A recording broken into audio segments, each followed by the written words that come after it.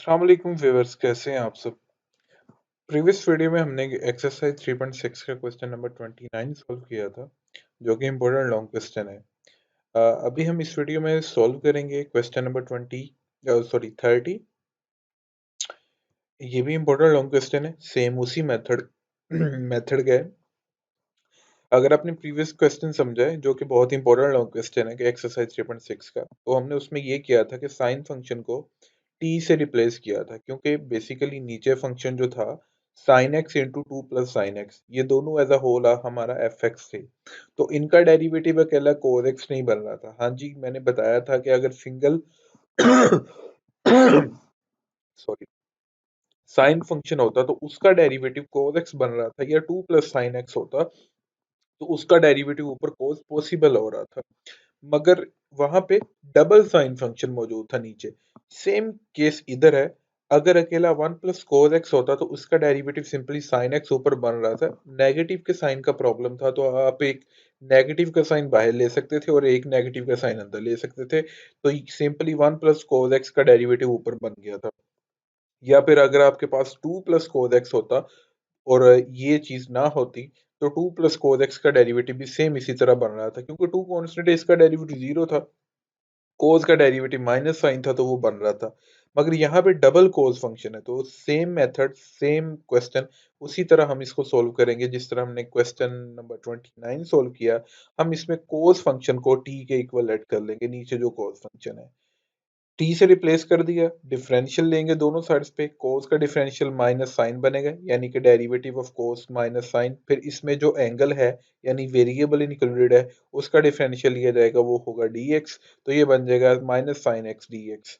Negative का sign उधर चला जाएगा, क्योंकि क्वेश्चन में बटे के जो ऊपर है अकेला साइन एक्स dx है, साथ नेगेटिव नहीं है। तो नेगेटिव के साइन को हम उठाकर इधर ले आएंगे। तो ये जो हाईलाइटेड बॉक्सेस हैं, ये शो ये कर रहे हैं कि जहां पे cos x है उसकी जगह t जाएगा, और जहां पे sin x dx है वहां पे माइनस dt जाएगा। अब आपने क्या करना है, लिमिट्स को भी चेंज करना है, क्योंकि वेरिएबल आपका चेंज हो गया है। पहले वेरिएबल ओरिजिनल x था, तो ये x के लिए लिमिट्स दी गई थी। अब आपका वेरिएबल t हो चुका है, तो उसके लिए t के लिए लिमिट्स होनी चाहिए। तो आप यहाँ पे लिखेंगे when x is equal to zero your lower limit. तो वहां पे t की वैल्यू क्या निकलेगी, t इक्वल निकलेगा कोस इंटू जीरो। इसके according t is equal to cos into zero. तो इसको सोल्व करेंगे तो t की वैल्यू आपके पास क्या आएगी, वन। ये आपकी लिमिट बन जाएगी। जहां पे लोअर लिमिट जीरो थी, वहां पे t की वैल्यू लोअर लिमिट के तौर पे वन आ रही है। और जब आप अपर लिमिट पुट करेंगे, जो कि थी pi by two, when x is equal to pi by two, वहां पे t की value cos into pi by two, यानी कोस 90 करके पाई बाय टू रेडियन में पाई पाई बाय टू है, और डिग्री एंगल में वहां पे है 90, क्योंकि 180 बाय टू करके 90 है। कोस 90 करेंगे तो ये जीरो मिलेगा। इसका मतलब है कि जहां पे upper limit pi by to थी उसकी जगह जीरो चला जाएगा। इसी तरह हुआ कि पाई बाय टू जहां पे था, तो टी के वेरिएबल के लिए वहां पे लिमिट जीरो चले गई, और जहां पे जीरो था एक्स वेरिएबल के लिए, वहां पे टी वेरिएबल की वैल्यू वन चलेगी। और साथ ही हमने ये किया कि जहां पे आपके पास कोस फंक्शन था उसकी जगह हम टी ले गए हैं, ये देखें टी। और इधर भी कोस था, इधर भी टी, तो two plus T one plus T बन गया, और ऊपर साइन एक्स डी एक्स था, इसके अकॉर्डिंग माइनस डी टी चला गया। अब ये जो नेगेटिव का साइन है, हम इसको बाहर निकाल सकते हैं, जैसे कि मैंने ये बाहर निकाल दिए साइन। अब एक है जो कि फिजिकली इंटेग्रल की लिमिट्स पॉसिबल नहीं है। इंटेग्रल के नीचे हमेशा लोअर लिमिट होती है, और ऊपर वाली लिमिट को अपर लिमिट कहते हैं, ठीक है, ऊपर वाली वैल्यू को। अब अपर लिमिट जाहिर बात है लोअर लिमिट से बड़ी होनी चाहिए। जीरो बड़ा है या वन, तो ऑब्वियस बात है कि वन बड़ा है, तो वन को ऊपर होना चाहिए था, जीरो को नीचे होना चाहिए था। तो हम यहाँ पे इंटेग्रल का थ्योरम यूज करेंगे। डेफिनेट इंटेग्रल के थ्योरम्स आपको एक्सरसाइज 3.6 की जो थ्योरी स्टार्ट होती है उसके स्टार्ट में ही मिल जाएंगे। आई होप कि मैंने जब एक्सरसाइज 3.6 स्टार्ट करवाई थी तो वहां पे ये इंटेग्रल के रिजल्ट समझाए थे। अगर आपको बैक जाने की जरूरत नहीं है, तो यहाँ पे अगर आप देखें तो ये मैंने इंटीग्रल का रिजल्ट का हिंट दिया है कि जब आपके पास एफ एक्स फंक्शन हो उसकी लिमिट मान लें कि ए बी है, जनरल लिमिट्स। अगर आप बी को आप नीचे करते हैं और ए को ऊपर करते हैं, तो एक नेगेटिव का साइन हो जाएगा। यानी जब लिमिट्स को इंटरचेंज करते हैं, चेंज कर किया जाता है लिमिट्स को, तो नेगेटिव साइन इंक्लूड करवा दिया जाता है। तो एक नेगेटिव साइन ऑलरेडी पड़ा है बाहर, और एक नेगेटिव साइन हमने इंक्लूड करवा दिया, तो ये नेगेटिव इंटू नेगेटिव प्लस हो जाएगा। अब यहाँ पे देखिए कि ऊपर 1 बच जाएगा, नीचे 1 plus T into 2 plus T हो जाएगा, ये डी टी हो जाएगा, ठीक है।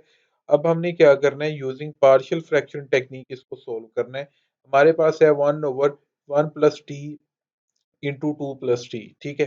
तो ए के बटे में 1 प्लस टी अलग कर देंगे, प्लस बी के बटे में 2 प्लस टी अलग कर देंगे। That's your equation number 1। ये हमारे पास इक्वेशन नंबर 1 हो गई है, ठीक है। तो आपने अब क्या करना है, multiply by LCM on both sides, ठीक है। तो आपके पास ये जो दोनों फैक्टर्स हैं, ये आपका एलसीएम है, आपको पता है। तो अब आप एलसीएम से दोनों साइड्स पे मल्टीप्लाई करें, तो जैसे कि आप मैंने आपको क्वेश्चन नंबर 29 में बताया था कि आपके पास जब एलसीएम से मल्टीप्लाई करेंगे तो लेफ्ट साइड में आपके पास इक्वल टू के लेफ्ट साइड में सिर्फ न्यूमरेटर बच जाएगा। तो न्यूमरेटर की यहाँ पे वैल्यू क्या है, 1 1 आ गया यहाँ पे। अब आप ए को इधर मल्टीप्लाई कर दें और बी को इधर इस ऑपोजिट फैक्टर से मल्टीप्लाई कर दें, तो ये आपके पास एलसीएम की इक्वेशन बन जाएगी। आपको कैंसलेशन करने की जरूरत नहीं है, पूरी कटिंग सिंपलीफिकेशन करने की जरूरत नहीं है। सिंपली ये इक्वेशन नंबर 2 हो गई, ये जो एलसीएम से मल्टीप्लाई करवा के बनी है। अब आपने क्या करना है, ये इन दोनों फैक्टर्स को बारी बारी जीरो को इक्वल लेट करना है। पहला फैक्टर हमने 1 प्लस टी इक्वल टू 0 किया, टी की वैल्यू निकली हमारे पास -1। हम इसको इक्वेशन नंबर 2 में पुट कर देंगे। यहाँ पे टी है और यहाँ पे टी है, इसकी जगह हम -1 पुट कर देंगे, तो ये 2 - 1 बन जाएगा और यहाँ पे 1 - 1 बन जाएगा। ये हो जाएगी चीज जीरो। 2 - 1 करके 1 आएगा, 1 को ए से मल्टीप्लाई करेंगे तो ए आ जाएगा, ए की वैल्यू निकल आएगी हमारे पास 1। अब हम सेकंड जो लीनियर फैक्टर है 2 प्लस टी, उसको जीरो को इक्वल कंसिडर करेंगे, तो टी की वैल्यू -2 निकलती है। उसको हम सेकंड इक्वेशन में पुट करेंगे, यहाँ पे टी है तो उसकी जगह हमारे पास -2 चला जाएगा, और यहाँ पे भी टी है, इसकी जगह भी -2 चला जाएगा। 2 - 2 करेंगे तो 0 आ जाएगा, 1 - 2 करेंगे तो -1 आएगा, तो ये -b बन जाएगा। अब ये जो नेगेटिव का साइन है ये दूसरी साइड पे चला जाएगा, तो b की वैल्यू आ जाएगी हमारे पास -1। ये हमारे पास a की वैल्यू और ये हमारे पास b की वैल्यू। अब हम इन दोनों वैल्यूज को उठाएंगे, putting values of a and b in equation number 1। Equation number 1 जो थी हमारे पास यहाँ पे, इधर a की वैल्यू और ये इधर b की वैल्यू पुट कर देंगे, ठीक है। तो ये a की वैल्यू और ये b की वैल्यू, ये नेगेटिव का साइन और ये पॉजिटिव का साइन, ये नेगेटिव हो जाएगा। अब हमारे पास ये आंसर हो चुका है यहाँ तक। हमने ये जो a और b कोफिशिएंट्स की वैल्यूज निकाल ली हैं, हमारे पास यहाँ से निकल आई हैं। अब नेक्स्ट क्या करना है, हमने अभी तक आंसर निकाला है इस चीज का 1/1 plus T into 2 plus T का। अभी इंटेग्रल लेना बाकी है, तो आंसर हो चुका है, पार्शियल फ्रैक्शन टेक्निक के थ्रू सोल्व हो चुका है यहाँ तक। अब हम क्या करेंगे, taking integral on both sides, दोनों साइड्स पे इंटेग्रल ले लेंगे। अब इस वैल्यू का इंटेग्रल अलग होगा और इसका इंटेग्रल अलग होगा। तो जब इंटेग्रल किया तो साथ लिमिट्स भी थी, वो भी होगा।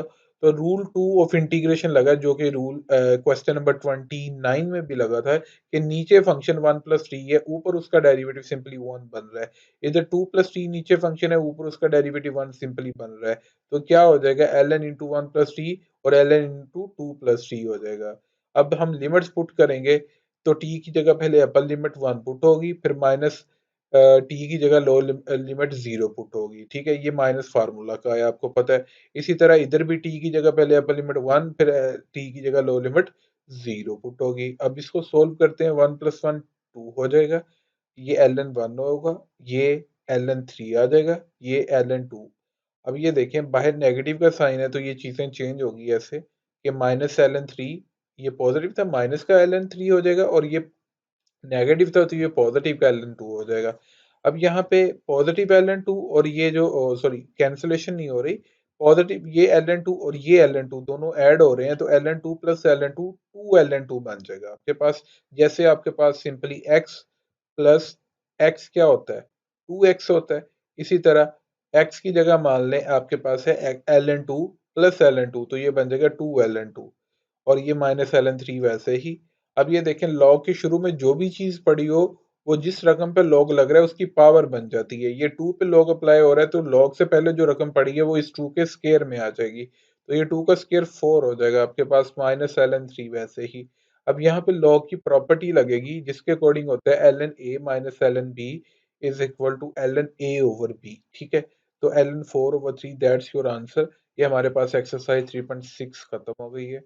मेरे चैनल पे सारी ये वीडियोस पड़ी क्वेश्चंस की वीडियोस पड़ी हैं। इंशाल्लाह नेक्स्ट वीडियो में मैं आपको एग्जांपल सोल्व करवाऊंगा।